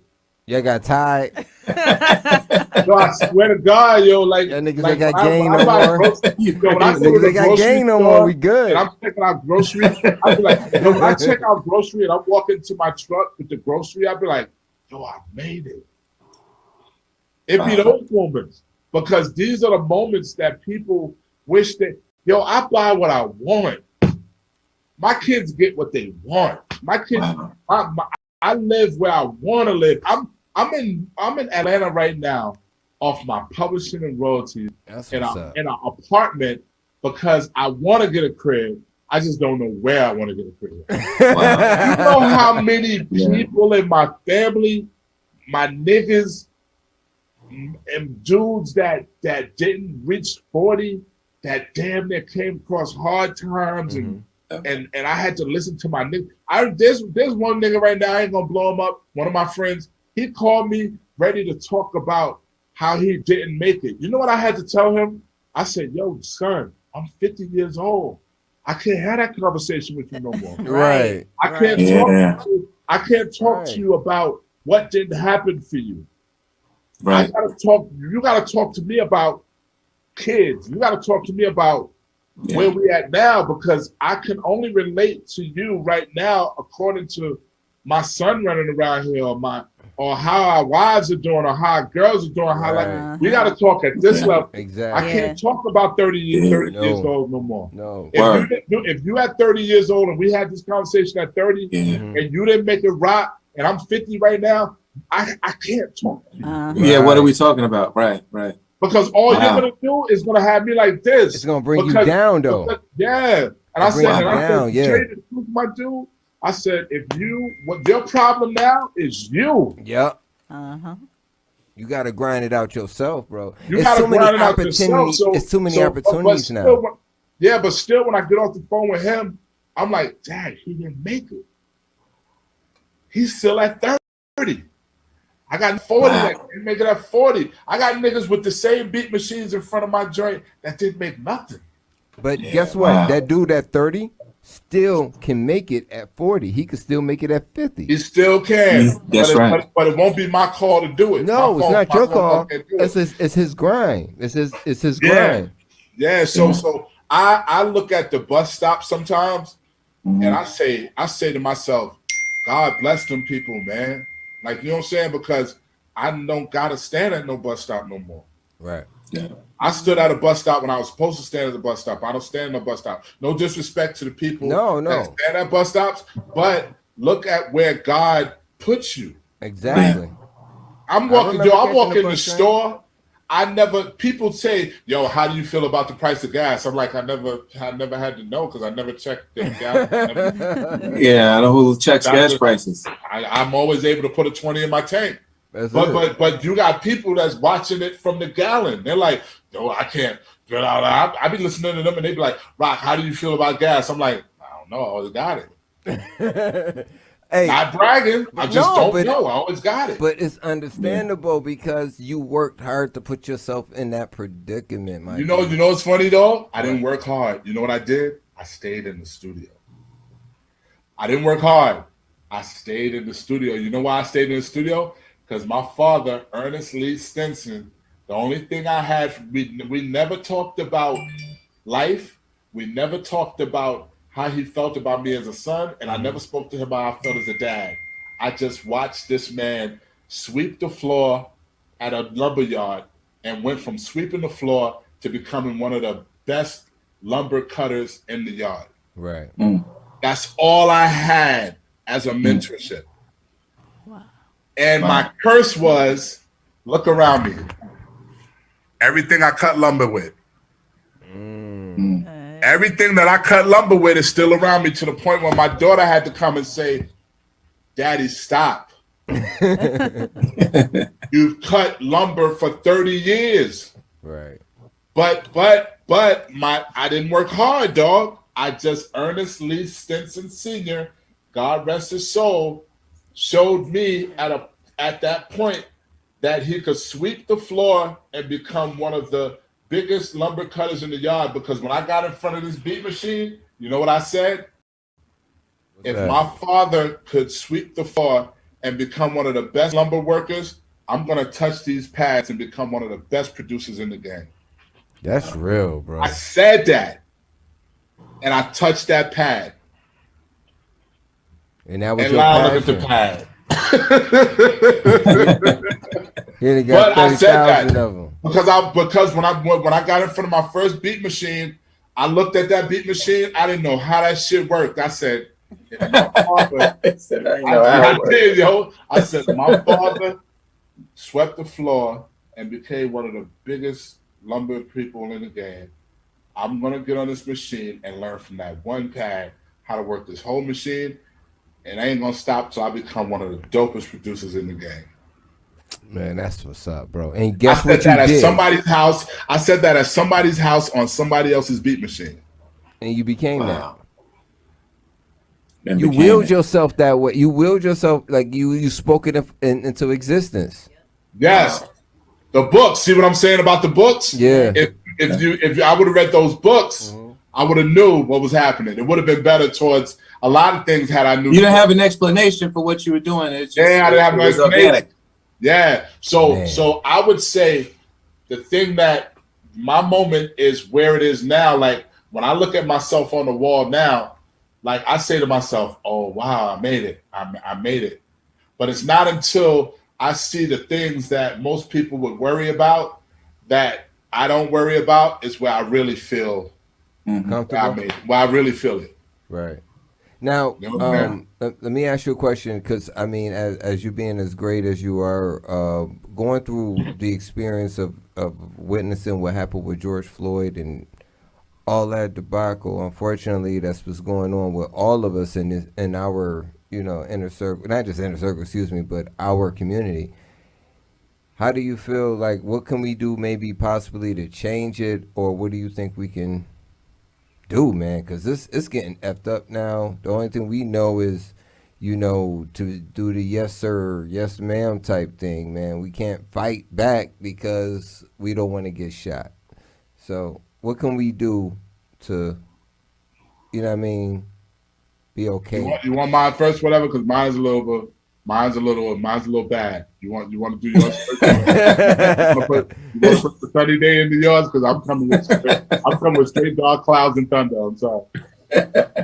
What you got? Mine is not going to be dark clouds and thunder. It's just going to be, man. I think that it's a lack of hope. I don't think there's much hope out there. So I feel that I think at the core of it, that's what we need as individuals. I think that's what we need as a community, and there's definitely issues that's going on. It's been going on for a very long time. It's been going on since biblical times, you know what I mean? And I guess that's where I start to veer towards the spiritual aspect of it, because I know that these things are spiritual things, and what we're seeing right now is only a result of things that's been happening spiritually for a long time. And so right. I don't know if there's going to be a protest. I don't know if there's going to be an outlash or one person or one leader that's going to be able to solve these issues. As a collective, I think that we need hope. And I think that the hope is, in my opinion, only comes from one place. But, don't we got, hold on. I don't think that it's going to be hey, what? I'm sorry to cut you off, fam. You can't interrupt us, you actors. You can't interrupt us, you actors. But shouldn't we have enough people out there when it comes down to some people, you know how you go ahead and you be able to write in your music, but you may not be able to do it in political ways. You feel me? Sure. But you got the opportunity to voice your opinion. You got the opportunity to move people. You have the opportunity to change people's objections to certain things, whatever it may be. Do you think that it's up to artists to go ahead and start taking responsibilities from them platforms now to like, you know what I mean? I don't want to, like me personally, I don't want to put it on the artist. It's just like now somebody's got to stand up, because like we used to have. But if you're an artist that doesn't believe that, then why not? That's what I'm asking. Huh? But if you're an artist that doesn't truly believe that, you know what I mean? You can say, I'm not the role model, but guess what? What do you feel? You know what I mean? And what is your social responsibility? If you don't feel like you have a social responsibility, then I think that that's wrong. You know what I mean? I think that a person should. If you're a father, if you're a husband, there should be a certain integrity to each person. If you're saying if that's such a huge responsibility to be that person at the same time, then I think that's a problem. Even Tupac and all of his certain ways that may not have been so, that may not have been politically correct. Right. At his core, he was a person that wanted to see the upliftment and the forward progression of people. You know what I mean? And I just leave it at that, man. You know what I mean? I'll leave it at that. All right. So you go with it like, if you became, the next pop star, you became the next Drake in a sense, what would you do to go ahead and help change what's going on with society? I would say in one aspect, you could put your money where your mouth is. I think that a voice means something, but I can understand a person not being, Michael Jordan is a person that you don't necessarily see. But he's done a whole lot. I just found that out. He's done a lot for the city of Charlotte. I just found that out a couple of days ago. I'm like, man, Michael Jordan's in your city. Do you ever hear? We never hear him. We never see him anywhere. He doesn't do press conferences, but he opened 2 hospitals. My homie said that his mom does a lot of the work for Michael Jordan. You know what I'm saying? So I guess that's a part of it, but. I mean, him being that type of person and all the money we spent with him, like he should have stuck up for the community back then. But unfortunately, it's a different day. It's a different time. We can't stick on those daggone old things. So, like now, man, what's the change, bro? I think that we just need to. I think that we need to evolve as a people to where I think there's more conversations of, like you said, giving people their roses while they're still alive. That's one aspect of it, because if we still have the crabs in the barrel mentality, I think that media has a huge part to play. But we can't leave it on media to do that. Exactly. I think that as individuals, we have to have a certain aspect of philanthropy, just being able to give back, being socially conscious, being able to use our platforms for the greater good. And that may not be your bag. That mean you may not be one of those advocates, may not be one of those spokesmen for particular causes, but I do feel that there's so many social injustices. I feel that there's so many social issues going on in the world that, even if you are not the person that's that vocal about it, I think that you need to be able to put your bread behind it. I think you need to be supportive of certain causes. I would say that. You know, I what I mean? understand that. I can't knock you for that, brother, because you know what I mean. You said a lot. You said a lot there. And Rock, you know what I'm saying, because you know he gave the nice the nice aspect. Of I gave a Martin Luther King version. He gave the Martin Luther King version. So, what would you suggest, my brother? There's no suggestion. It's not gonna happen. We ain't gonna get together. Huh? We ain't gonna get together. It's gonna get worse. Evil has to run its course, and we are in a box, operating, and the box is controlled by the higher. Mm-hmm. There's no way. When them niggas walked in Capitol building, it got real for me. Right. When that happened. I believe that. When they walked into that Capitol building, I went like this. Okay. I realized. It was like everything was bullshit, right? It was like everything. It was like everything was bullshit. Everything that I ever held for or hoped onto or grabbed onto or some wake up everybody or someday we'll all be free. I was like, nah. That's bullshit. This lets you know that them niggas could walk in that building with them Confederate flags. But if it was us, hold up. Ahead. I'm sorry. Hold up. No. I ain't saying hold up to you. I'm saying hold up to the door. The door at the Capitol building. Okay. They went. They didn't even pick the lock. They opened it, moved the cop aside, and said, "Hold up," with a Vikings helmet, and said, "Hold up. We have a problem. What's going on there? Look, they're in the Senate's room. Chambers. They're in the Senate chambers, bro. And they up there with the flag like this in the chair with their feet up on it. How did they get so close though? Like we couldn't get off the airplane and get two blacks close to the White House before they would have stopped us. But check this out.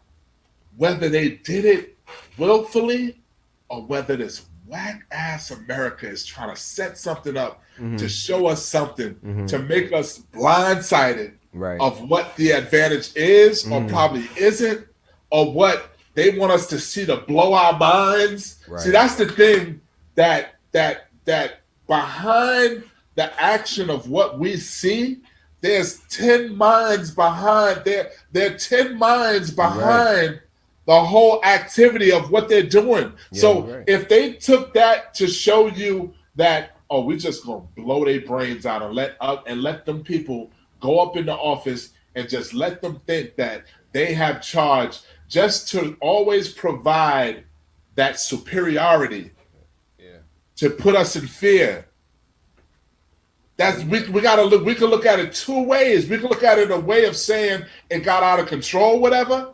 Or we could look at it in a way of saying, look at them trying to show us that no matter what, to our eyes, you will always see white supremacy as a leader, So what, are you deceiving us? No. Or are you just showing us something that got out of control? They're showing us their power. They're showing us their power, but in a deceptive way, to where we will always be in fear of our 3.5%. But they're trying to make it seem like this shit never happened. That's the one thing that See, that's the point. That's why I say at Newkirk. That's why I say we ain't gonna get right, because even when we try to get right, y'all niggas steer the narrative. Y'all, all right, George Floyd. I said that's a lynching. Yeah. And the world is going to change. Right. That is a straight lynching. I promise you, I felt the same way. Yeah, and then I started looking at and then I started looking in Derek Chauvin's face, and I'm like, and somebody said this. I was like, were you the pawn? And was George Floyd the pawn? Because I'm looking at this dude's face. And homeboy don't look like he look like he ain't got a soul. This nigga look like he ain't got a soul. He was smiling. And I'm sitting there looking at George Floyd, and I'm looking at George Floyd, and I'm like, did y'all just do this as a distraction? And at the same time, George Floyd, we have a bill that y'all still ain't signed. Y'all didn't approve birds, transgenders, birds, no disrespect, everything but else. y'all done passed mad bills. This bill of a straight lynching has not been passed yet by the dude that we put in office. By the dude that we put in office, he's like, well, you know, we can't sign. No, wait. Hold on, mind you, he had an Asian. It was an Asian bill. Yeah, the Asian bill. Non-violence Asian bill or something like that that passed. But they didn't do. They could have been did this for black folks. They could have been did this one. Now check this out. And I'm going to say this. And I'm going to say this. I will say this. Not a lot. For in fear of my life. Let me stop you. I'm not stopping. I'm stopping you then. No. I will say this. I honestly feel like Trump was good for this country. For the country. Because only because of this. Okay. Not for the undermined stuff that was already happening that they put him in office to be the guinea pig for. Right. I'm talking about for the things that he pulled out of America to say, yeah, these niggas is full of it. The media is full of it. Yeah, that's happening over here. Yeah, these guys do this over here. They needed a regular. What you trying to say? Basically, they needed a regular person to go ahead and say, "Oh, this is bullshit. This is bullshit." Da da da. That's a whole bunch of. All right. When Trump first got behind the front, and look, whatever put his face on, he didn't put his face on there. Look, it's funny. But look, for whatever said, I'm getting out of here. Look, I'm saying this. I'm gonna put Audacity up here too because she got put everybody's face up here right now. I'm gonna say this. Everybody's face I'm gonna put up in there. Whatever ran away. I'm gonna put everybody's face up here. Whatever. Put your face up here. Whatever. Ran away on us. Put your face up here. Everybody, and I'm gonna say this like this. At first, when Trump was in office, didn't everybody say, "Damn"? A lot of shit that I would say, he's saying it. I just can't believe he's saying it behind the podium. Didn't everybody feel that way? There's a lot of people that felt that way, but it was more racist white people that felt that way. Hold on. Oh, it's racist black people too. Don't get it twisted. But what did we just see? What did we just see with the Capitol building? Did we see racism at its finest? Yes, we did. Yes, we did. So all right. So when a man comes up there and speak exactly how this world operates, as soon as we get a pure description of how America operates in one man, because he's the money, he's the evil, he's the asshole, he's the everything of what this country is, we're going to sit there and have a problem with him because it's too much asshole coming. Yeah, it's too true. It's too true. Right. He builds a wall. Yeah. We all know we want to keep all the rapists and everything. We don't want to keep everybody out. The people that got their cards, let's keep them here. And the people that don't got their cards that want to be here and want to do a right thing for this country, let them do that. But them niggas that's coming here, that's doing the wrong thing, do we or do we not want the wall? Yes, we do. We just didn't think it was going to be an actual wall. Right. But in our minds, we're like, damn, the bullshit does come from overseas. Right or wrong? Most of the stuff was most of the things that came out of it. It wasn't Mexicans. Let's make sure we clarify that it wasn't Mexicans. And also media. When he was like, "Sit down, you don't like me anyway," and your media always popping false propaganda of me anyway. Sit down. I'm not even answering your questions. Next question, such and such. We all know that the media is full of shit. He sat there and just told you that it was full of shit. He told you that with the election. He'll sit there and say, the election was rigged. We're like this. Trump, get out of here. The election was rigged. I started doing that, right? And then someone said to me, what if it was? What if it really was rigged? And now we have Biden here, and Democrats are allowing everything to pass over. And look what Biden is doing right now to us right now with this George Floyd bill. We put him there. He should be passing this George Floyd bill. I agree with you. It should be that George Floyd bill's got to get passed. No matter what. Whatever, don't you take your speed though. Whatever, don't you better take your phone. What's that? I'm gonna say this. And look, now this. Look. Now the wall. Now hold on. Now the wall has came down, and what's happening now? People are now coming through the wall, through the holes, everything and stuff, to the point where Kamala don't even want to go down to the wall because it's such a misrepresentation of what they were saying they was against. They saying that wall is now out of control. Wow. People are crawling over it, under it, around it. People, but they was already doing half of that shit. They was already doing half of that shit anyway. It was already going down. It's just that he put more of a highlight on it though. Like he put more of a highlight on it by him trying to build a wall, but it didn't stop anything. It's just we building a wall, you know what I mean? Yeah. And it's not going to stop anything until they go ahead and figure out how to actually stop these coyotes and all these terrorists, whatever it may be, to go ahead and bring these people over from the country that's not, legally documented.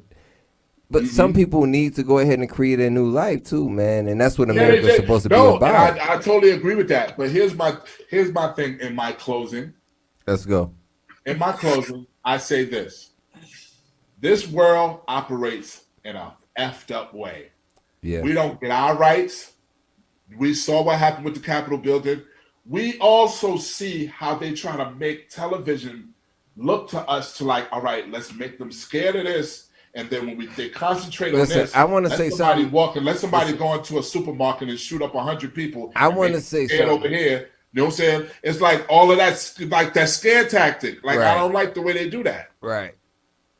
Like that is one way they're doing with TV, but then also they're portraying so much LGBT like stuff out there that I'm not saying that you're free to do whatever you want to do with yourselves, but when you put so much out there, it's not about it just being accepted. People are supposed to accept you for who you are. Yes. But when you're putting so much out there for people to consume in every single TV show, every single show, it's something now that I have nothing wrong with people doing that. But I mean, I'm sorry, I have nothing wrong with people being gay, whatever that may be. But the way it seemed like they're pushing it onto like the kids and everything else, like they're trying to grow up to understand who they are.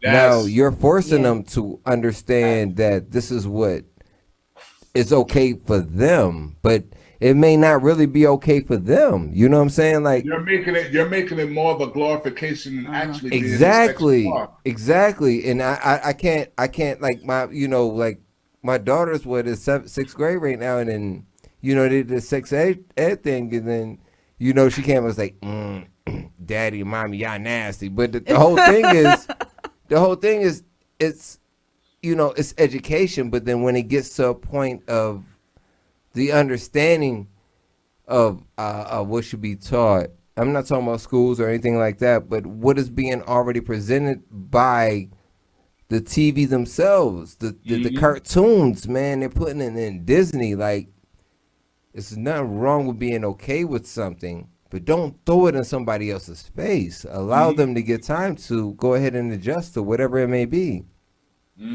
It's like, this is what it's got to be right now. So, I'm not knocking anybody. I love everybody. Everybody that has whatever they want to, do, man. It is what it is. But Rock, man, again, I gotta go ahead and thank you. You're welcome. I gotta thank you for you going ahead and you just being yourself and being honest with everyone. Question I do want to ask you: when it comes down to networking, right? Do you think it's the best to go ahead and network with producers or people, the producers, radios, DJs? Who you think are the best people you should keep a connection with when it comes down to artists? Whatever's in your creative space. Whatever's in your creative space. Like I've been blessed to create, to be networked with a lot of great young producers. Like I check this station that I go to called Overlord Radio with my boy Overlord and Kelsey and all of them. And there's a community right there that they embrace me and I embrace them.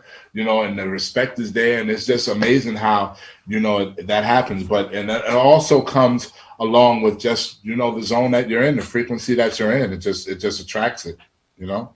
That's what's up, man.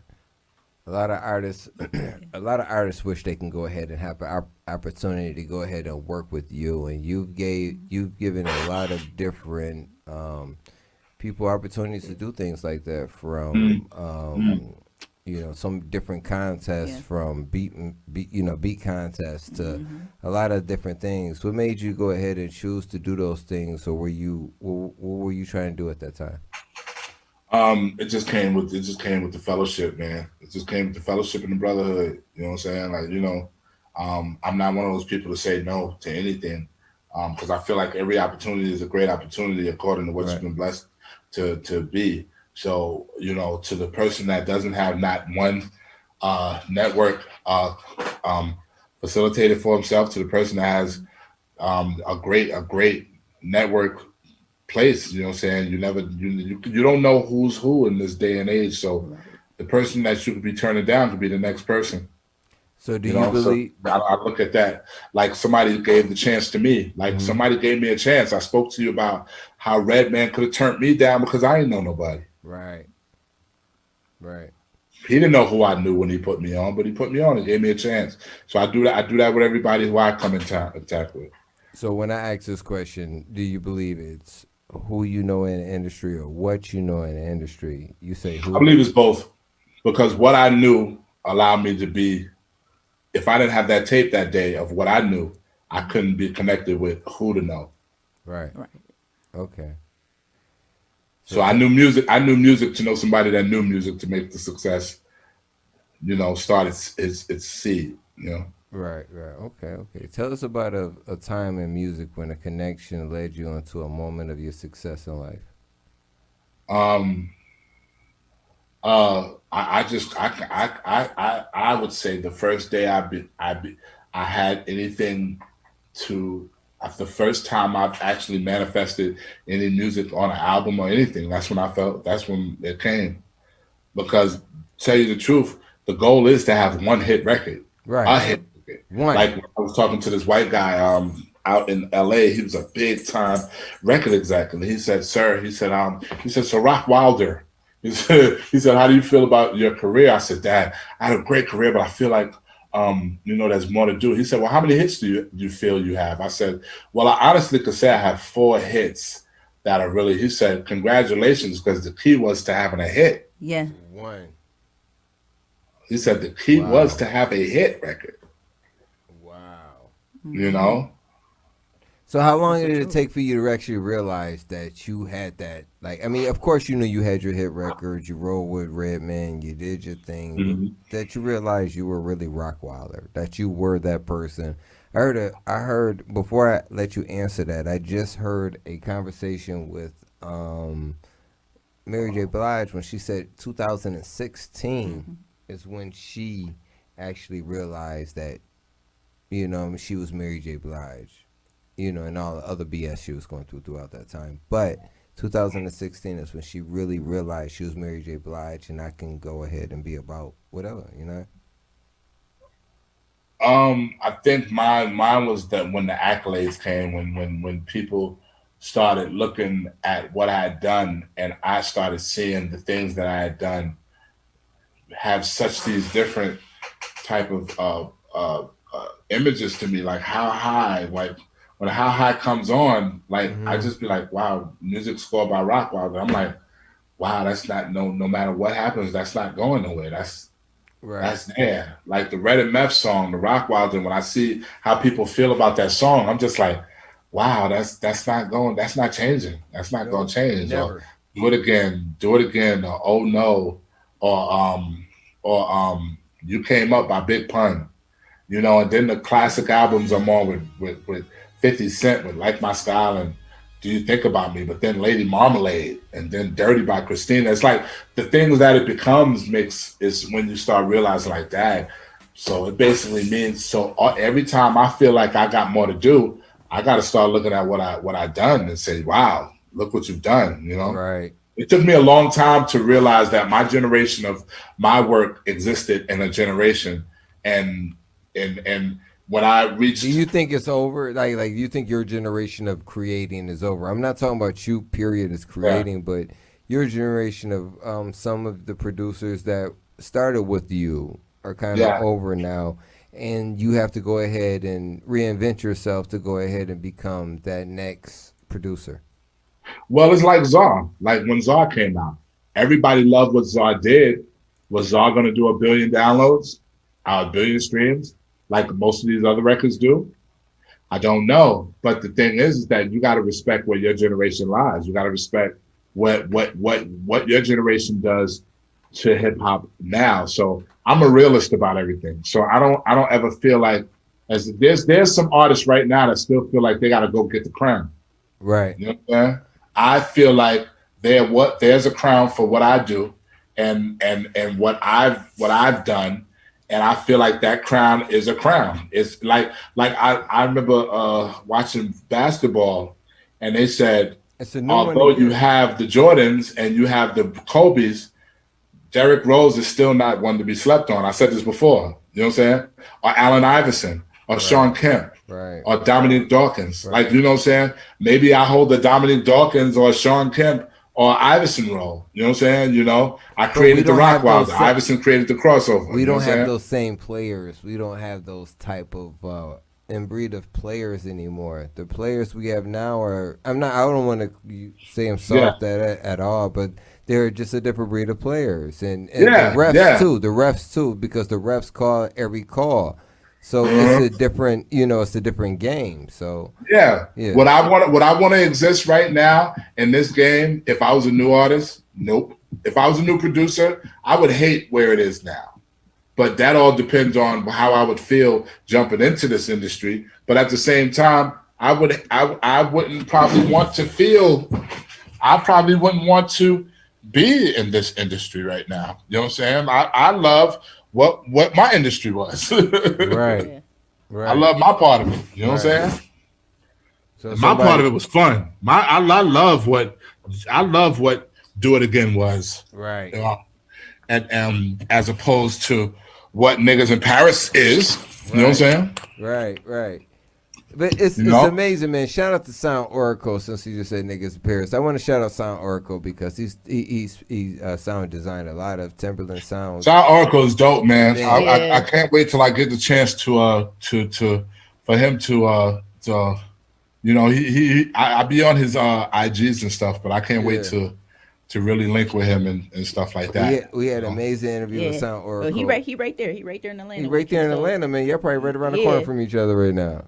Don't tell me something. Oh man, that's it. That's it. I'm gonna see him. Yeah, but matter of fact, let's try to connect that then. Since you already there, let's do that. Real. Like that's what I want to make sure I'm able to go ahead and do, is give the opportunity for just people to grow, make connections, and us build. You know what I'm saying? As people, man. And when it comes down to this culture, bro, it's a lot, not just to me, but just to everybody that's went ahead and had the opportunity to go ahead and be a part of this hip hop culture, bro. Like when they said it wouldn't be anymore, it is what it is. Like when I said to EFN, he said I already knew it would have went this far, but I knew it would have went further.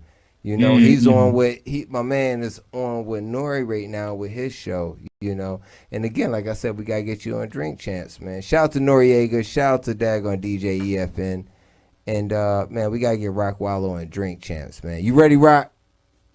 I'm ready. You ready? I'm ready to go on Drink Champs. I'm ready to do it. All right, so we'll get you on Drink Champs. But yeah, man. Again, brother. What's the other thing? I said, if you would choose one tip to give your younger self, what would it be? Humility. Humility is strength, man. Being humble allows you to listen, and being humble allows you to be molded. Okay. I think humility was my saving grace in this game. Yeah, I've seen you. I've seen you, from afar and in front of you, and just how you go ahead and treat not just the people around you, but other people around you. You give everybody love. So, well, that's Redman. Redman organized Confusion, Shake, God rest his soul. You know what I'm saying? Khalid, you know what I'm saying, Damian Hall, Play from Kid and Play. These were all blueprints for me when it came to artists, you know. They Play opened his door to me and had me under his wing. Shake, had me under his wing. Mm-hmm. Khalik was my best friend. We saw success happening right there. Damian Hall, with Guy and Q-Tip and Fife and Jerobi and the bus that we used to ride on all the time. And I was surrounded by so much great energy of the industry, and it always made it look like as if when you make it, when you make it, it's nothing but a train ride, a book bag with a bunch of tapes and batteries, and headphones. You know what I'm saying? Like, don't. Q-Tip was riding the train with headphones and a book bag, and he was Q-Tip. Right. You know what I'm saying? Mm-hmm. Redman was in, driving E's Forerunner because E gave him the Forerunner. You know what I'm saying? Like, because that's so it all. I always saw love. I always saw like I never saw arrogance. I never saw sometimes I look at people in bum contracts or like in situations that they're in, and I just be like, that happened? They be like, yeah, man, such and such happened, and blah, blah, blah, blah. I'm just like, dang, man, that's crazy. Like, he was blessed. I never had to deal with that. I never had to deal with that. Like, Red is one of the reasons why humility was like my best tool, and Prince and Pharaoh and like, just great, just people with great energy, man. Like, and hip hop was love at that time. Yeah. Nobody was really you went to a club, man. You showed love, like it was just love all the time, man. So the more love it was, Busta Rhymes, like Busta, like Busta showed love. You know what I'm saying? Like so it's just you never had a chance to see it any other way, like somebody trying to own you or somebody trying to do that. So I always was able to stay humble because it was just like it was always humble pie everybody was giving out. Throughout your career, you created a lot of different relationships, right? So what do you think is the most important relationship to keep? Is it with DJs, producers, the artists, record labels, Everyone. Everyone? The same respect I have towards Salem from 300, and I don't see him a lot, is the same respect I have for Redman, and I've been with him my whole life. Did you ever get a chance to meet Pop Smoke? No, I haven't. That was a generation after. That was like probably 2 generations after my situation. You know what I'm saying? Because I that generation, no lie, it worries me because it comes with so much of truth. I'm gonna be honest with you. I used to didn't like to listen to Welcome to the Party because it has so much of a message that wasn't for me, but I was afraid of it for my child and afraid of it for how my child recited it, that I always knew that in an environment that my children would be and they played it, something would happen. That's true. I got you. I always knew that. I always knew because, you got gun in the hip, the way this world works. And this is why I say that we won't get any better because we don't understand what we're doing. We don't, we have now a group of, a movement of music that really doesn't care about living. Right. They don't care about life. They don't care about life. They call it demon time. They're declaring it. Now, as a man speaks, so is he. We all read that scripture. We just had that same conversation earlier today, bro. Like, and also that you got the power of life and death in your tongue. Like we got Lil Lil Uzi talking about all his friends is dead. All his friends is really dying. Like so I'm sitting here liking artists that are dying. I like King Von. Right. But I never really, you know what was crazy about King Von? he was rapping in that way too, but I liked him for the person he was. Mm-hmm. Even though that he had that thing that he was still saying, I still was like, Dad, this dude seemed like a cool little kid. You know what I'm saying? Right. Like, he got on there. You saw him talking to his fans, and he probably be shooting the shit, but you was just like, Dad, there's something about that dude that I like. So it's unfortunate that those type of people don't get a chance to get whatever that's in them out of them, and then they grow to be leaders and have children and stuff like that.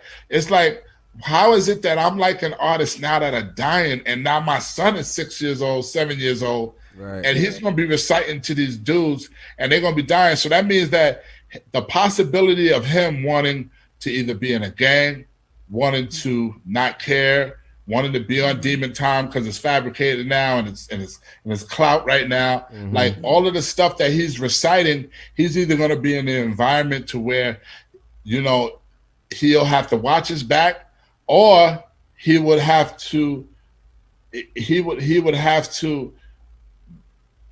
I don't know what, if he loves hip hop, what is he going to really listen to? Right. Yeah, I mean, I agree if he loves hip hop, and nothing's wrong. I love the songs. I love Dior. I love that Dior. Right. I love that song. But there's something about that "Welcome to the Party." I used to be like, "Dag, I know it was hot though. You can't lie. It was like, it was a banger, but then it was just a message you gave out. Unfortunately, it was the message, right. Gun in the hip, one of the phone. And I was like, and then my son, he ain't saying it. I don't know if he knows it or if he don't know it, but he's humming it. Right. I'm sitting there like, okay, so what do I do now? Because it's not. What do I do? Stop the music and explain the song? Right. You Yeah, can't right. really explain the song. No. I agree. You can't. It's hard. Like it's just like I watch my wife go ahead and create different beats, different tracks, and even other songs I hear my kids recite. I can't properly go. All right, that's what's up, man. I really appreciate you again, my brother, man. Thank you so much, Rockwilder, man, for you. Yes. Being a part of this daggone experience right here, you know what I mean? I might have to go ahead and break this down into 2s, 3s, 4s, 5s. Okay. You know what I'm saying? But you went ahead and expressed a lot of knowledge and people that needs to notice. So I appreciate you again for coming through. I can't wait till you come down here in Miami. And then you come to the studio, you hear Strong Arm, you know what I'm saying, on the complex, man. We got a gym over there. We got, you know what I'm saying, studios over there. So when you come down to the complex, you know what I mean? So let me know.